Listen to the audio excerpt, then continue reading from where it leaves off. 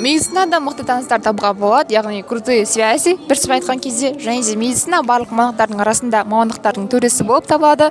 Онан соң мұнда өте үлкен мүмкіндіктер бар. Так, плюс для меня это получается выносливость.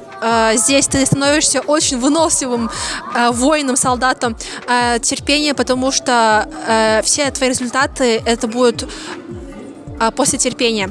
И также сильное умение делегировать. Медицинада оқудың минустары, ол ең бірінші ұйқың қанбайды. Бұл мен үшін өте үлкен минус, потому что мен күнде 10 сағат ұйықтағанда ғана ұйқым қанады.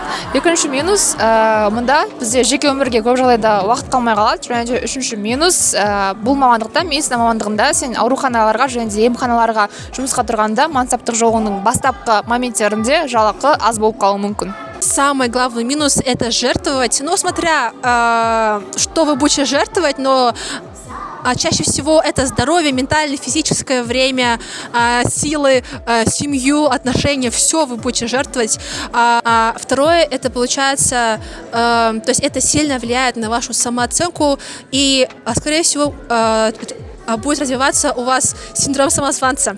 И третий, последний минус, это получается то, что вы должны делать все сами, что очень сложно, когда особенно вы первый курс, когда вы не знаете, что происходит.